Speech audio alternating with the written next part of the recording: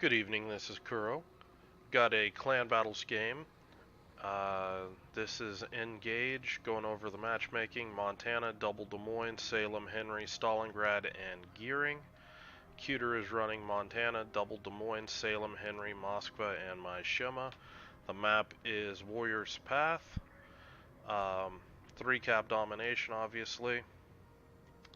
We spawn in the north, and kind of the lesson plan for this game is uh, defending caps with torpedoes, or just defending caps in general. What's going to happen? Cuter's going to send me over to A cap. What I'm going to do, I'm popping speed boost right out of the gate. I'm going to push up here as fast as I can.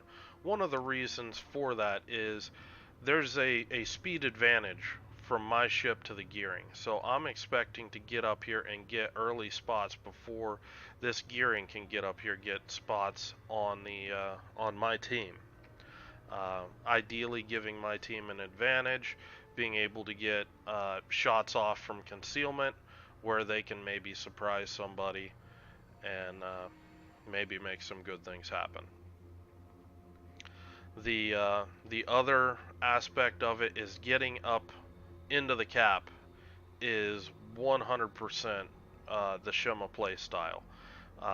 Taking your superior concealment and using that to zone destroyers out around the cap, around the 1-2 line, keep them from being able to just persistently spot cruisers, things like that, so your teammates don't get focused down.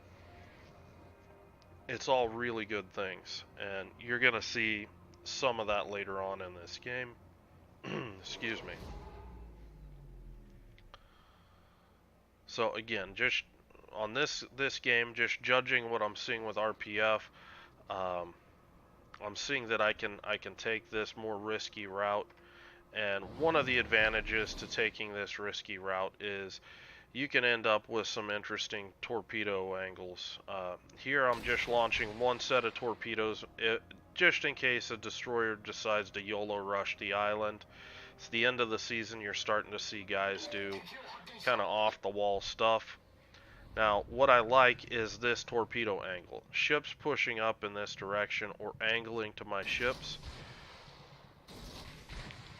That's a nasty torpedo angle that they're going to have to deal with. It's not quite 100% perfect, but it's much better than coming out here and trying to torp down, because typically these ships are going to be angled to my allies, and it's not going to have as much oomph if I'm launching at bow on or stern on targets. Now here, I'm just taking a look. I've played against this gearing before. He usually is running the legendary module, and I am just getting ready to push in here. Because he's running the legendary module, he's got a slower torpedo reload. I think he's running a gun build on it, so his torpedoes are much slower than mine. Where legendary Shema has some of the fastest reloading torps in the game. Now here I'm just going to dip in here and try to bait radar, and we've got the 1 Des Moines here. I'm outside of his radar range.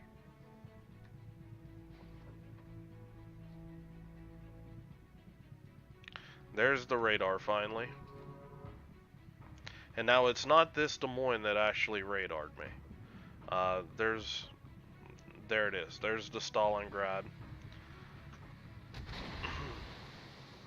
And I'm just gonna kite back.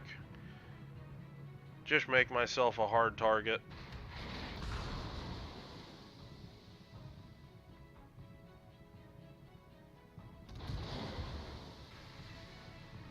I end up dropping off radar. And I'm calling target on this Des Moines, and this is a common play for this team. What they're doing, they're running their destroyer back to their Des Moines. He's dropping smoke, but in the meantime, I mean, it leaves that destroyer, or Des Moines momentarily open, and you could see it looked like one Citadel. Now, what I'm doing with these torps, I know this destroyer was most likely headed in this direction, and you can even see the puff of smoke still forming.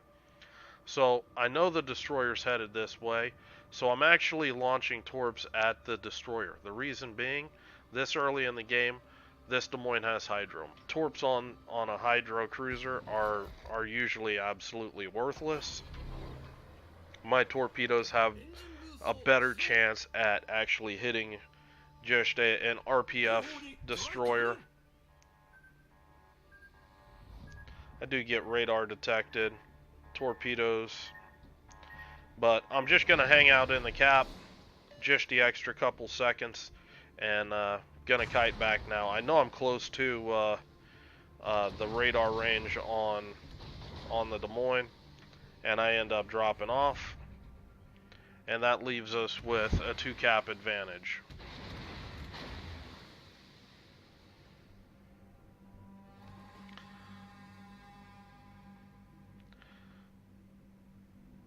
Now, looking at my RPF, I'm thinking that this gearing, he's getting pretty close to contesting the cap. And so I'm moving into a position where I can start thinking about defending the cap. And I know this Des Moines radar is down because the first radar, he was outside of radar range, so that was the Stalingrad radar.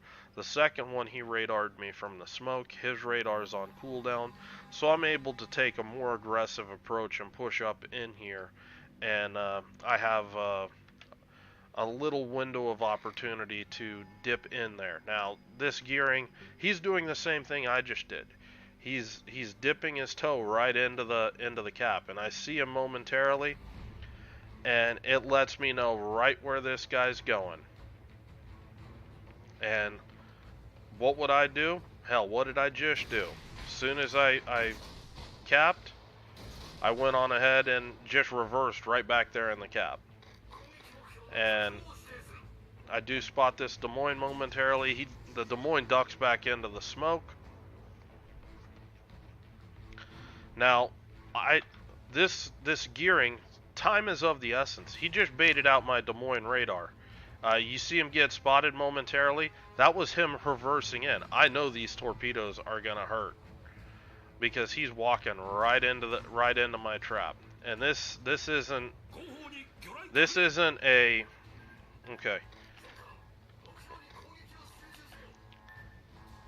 This isn't a, you know, I'm looking to harass or cover a wide pattern here. This is, I know where you're gonna be.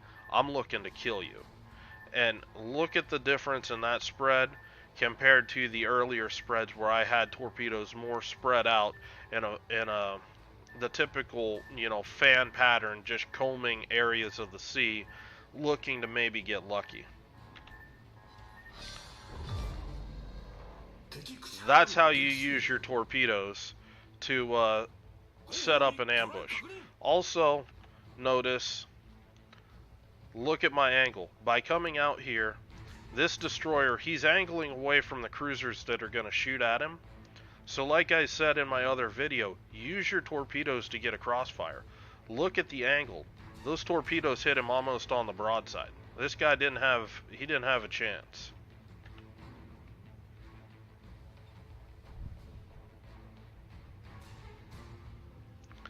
Now, you see the arrows right there. They're telling me that Frosty, our Moskva, is getting focused down to push out here. This Henry's basically face spotting him, and they're working this guy down.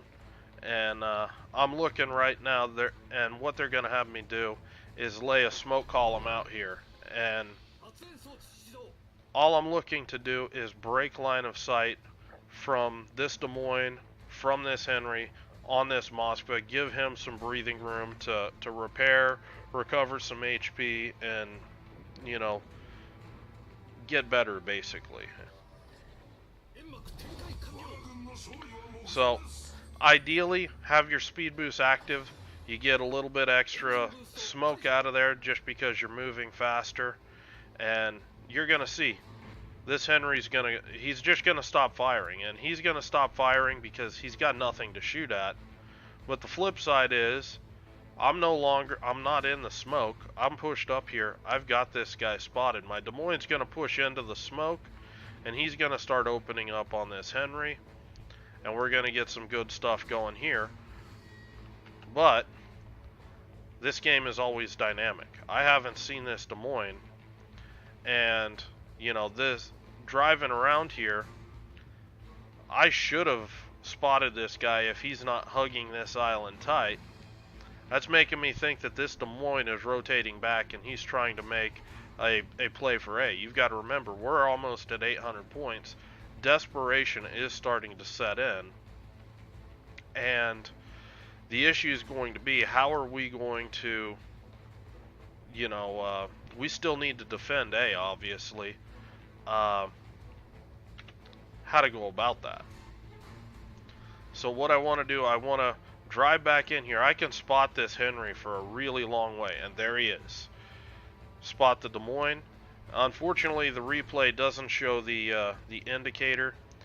Hell, when I pause it, I even lose the torpedo field of view. His the gray aiming indicator is right in here. I'm anticipating this Des Moines might have hydro.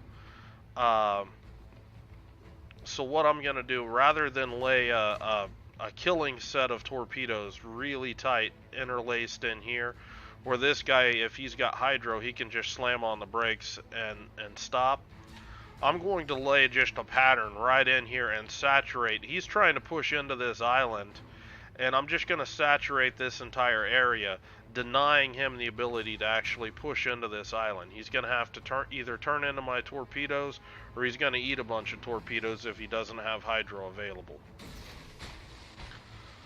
So you see, real tight there, and then one short just to make sure that this guy's not going to be able to just chill out and let these torpedoes go right by. My Des Moines popped his radar. My Des Moines chilling out in the smoke still.